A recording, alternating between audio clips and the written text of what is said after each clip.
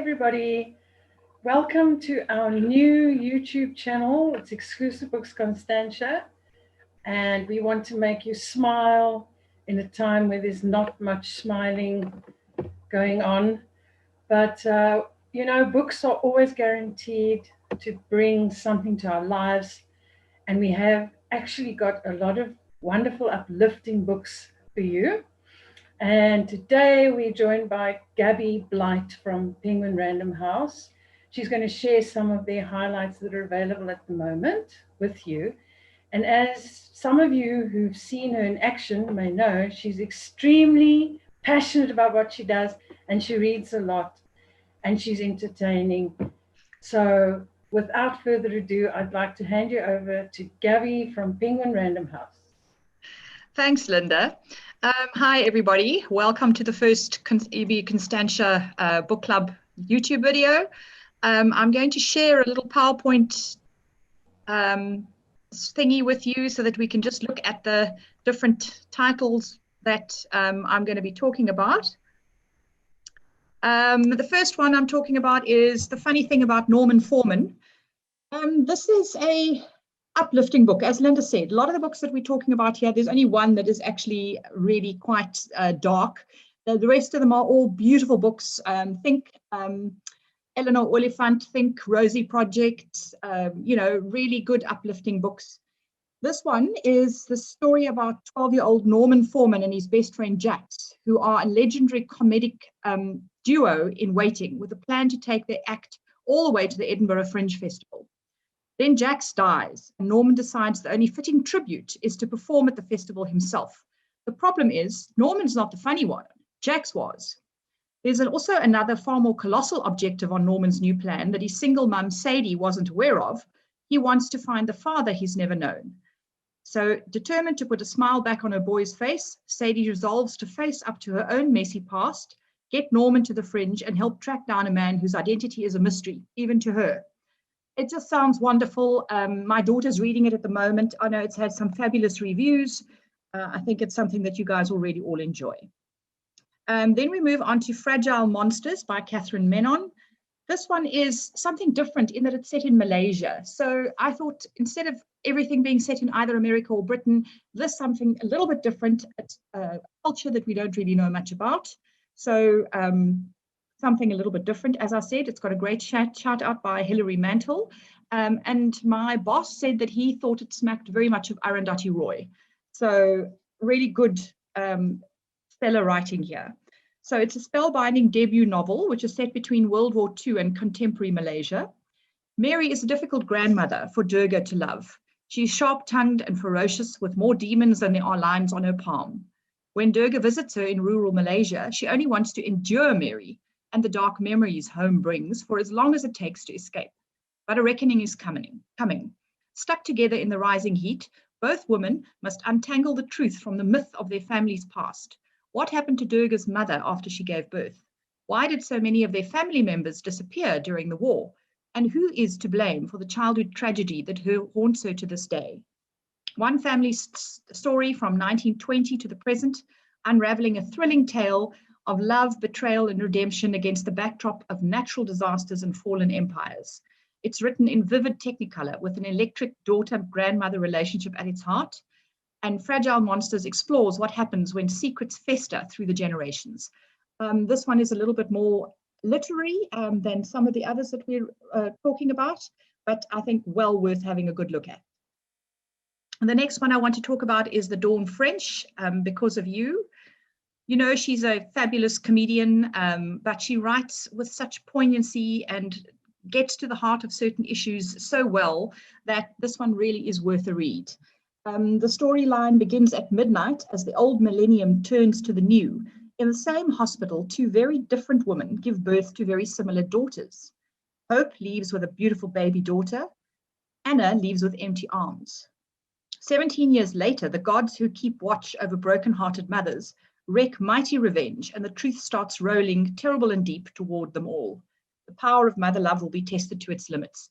I can kind of guess what happened there, but Dawn French brings such a beautiful way of looking at, you know, these sort of angstige situations that really are well worth having a look at. Then we've got something that Linda's going to talk about as well. We've got Three Women in a Boat by Anne Youngson. This book is just next level. It's just absolutely beautiful. You've got three strong women who form a friendship while taking a boat through the canals of England from one place to another to deliver it to someone so that it can be repaired. So they've likened this to fans of Harold Fry, I think more in the style of writing than in the characterization, because I found Harold Fry a bit of a wimp and a bit gullible. But anyway, that's just my opinion. So you've got three women. You've got Eve, an engineer who loses her job of 30 years when she won't go along with the men in her company who want to cover up information as a new company takes them over. Her job has been her life, and now she's not really sure in what direction she should go. Then you've got Sally, who's been married for years and realizes that she's just not happy in her marriage, and she decides to leave. You've got Anastasia, the seemingly gruff owner of the boat, who pulls no punches, tells it like it is, needs surgery that may save her life, and she takes a chance on these two women to get her boat to the man who will repair it. Linda, are you going to weigh in on this one? Yes, we've actually had a couple of people on the staff who've read this and really enjoyed it and recommend it highly. It's not all froth, but it's also not too taxing. So it's a real story of a wonderful friendship between women, which is a theme we've also seen, quite a few books on lately, and, also uplifting. Yes. So although some of them might have gone through some difficult times, there's a lot to uplift. So yes, I endorse your recommendation. Great, thank you. Then the one that's a little bit darker, we're talking about The Push by Ashley Audrain. Now this one is for lovers of We Need to Talk About Kevin. I read both of those and I can heartily recommend both. And this one, yes, is a multi-generational examination of the dysfunctional nature of many families, where the role of mother is not all it's cracked up to be, breaking under societal expectations of motherhood, mother-child relationships, and raises the dark question of nature versus nurture when it comes to children. Blythe is the main character, and she has a traumatic childhood, which leaves her with little confidence in her ability to be a good mother herself. When she gives birth to her daughter, Violet, she fails to connect with her, is exhausted, and nothing pans out as she imagines. Her husband takes little notice of her concerns when it comes to Violet because she's a complete little daddy's girl. But she's not like other children, and she seems to harbor less warm feelings towards her mother. Is Blythe paranoid, too unreliable and flawed to be believed? Blythe feels completely differently when she gives birth to her son, Sam. And now she has the unswerving feeling of love and connection. All of her maternal instincts have kicked in, and Violet appears to have accepted him. But has she? I can't tell you any more without giving any more away. The book itself makes you rethink, yes, exactly what they say, the nature versus nurture, and what if you get a bad apple? It was very interesting. Linda's also going to talk about that one. I didn't really have a lot to say on that one, but I wanted to ask you, Gabi, some people have found Kevin, we need to talk about Kevin. Yes. A bit heavy going in the sense that it was quite literary. I also read that. Yeah, this is not as literary. Wonderful, but this sounds like it is an easier. It's very much an easier read. If you remember earlier, we had a book called, earlier in the year, we had a book called The Recovery of Rose Gold. That one left a little bit of a nasty taste in your mouth. This one doesn't. It's also dysfunctional mother-daughter relationships. This one is a lot of, how can I put it? Not only an easier read, but a more interesting read. It's more well done. The writing is clearer. The whole book is just captivating from beginning to end. You absolutely cannot put it down. So very different there. Yes, that's right. Recovery of Rose Gold, that promised a lot, but it didn't really deliver on the depth and complexity. Exactly. When it came to looking at the motivations. Yes. Whereas this seems to definitely deliver on that. So Okay, then I'm going to talk about some cookery books. I know that the cookery books sell terribly well out of Constantia, and these are ones that you've probably seen on the shelves, but if you haven't, do go and have a look. First off, we've got Tammy Fry, Made with Love and Plants. She's the director of Meat Free Mondays here in South Africa and in Australia. So it's her mission to encourage people to live a happier and more energetic life through plant-based eating. So this book presents, and I'm going to scroll through some recipes for you. Book presents more than 75 whole food, plant-based recipes, and also provides information on how to follow the plant-based lifestyle. The recipes encompass a full range of meals, from breakfast through to treats, and for family or entertaining. Beautiful photography and yummy recipes. Wow. Yes, and then I'm going to talk about Heal, Begin with Food. This is the second book from the author Melissa Delport of Whole Bowl Food for Balance. And this book delves into health and why we make the food choices that we do. And she says that understanding why we make the food choices we do helps us connect with our emotions and empowers us to make healthier decisions. I'm going to scroll through some recipes again. This book is full of information on how to eat healthier, support the body's various systems, heal ailments, and live a life of energy and abundance. You've got nearly 100 recipes packed with goodness, enabling us to enjoy them without guilt, knowing that they are healthy to the mind, body, and spirit. Recipes are either vegan or vegetarian, but for those who enjoy meat, it can be added to any recipe, and it's all about healing your relationship with food. Yeah, I'd like to comment on that one. I was lucky enough to sell books at the launch of Whole Bowl Food for Balance, where I met Melissa. What an inspiring, wonderful young woman she is. She actually, she will admit this. She had an eating disorder and learned to heal her relationship with food, and then her cookery came out of that. So it's someone who knows what she's talking about. And I tasted some of her food, which was absolutely delectable. So I get why you're recommending this one. Thank you. Yes, absolutely. Then we will move on to Chantal Ascaris, All Sorts of Tapas. You'll remember the very popular All Sorts of Salads that sold so very well a couple of years ago. She's branching out now into something a little bit more Spanish and a little bit more fun.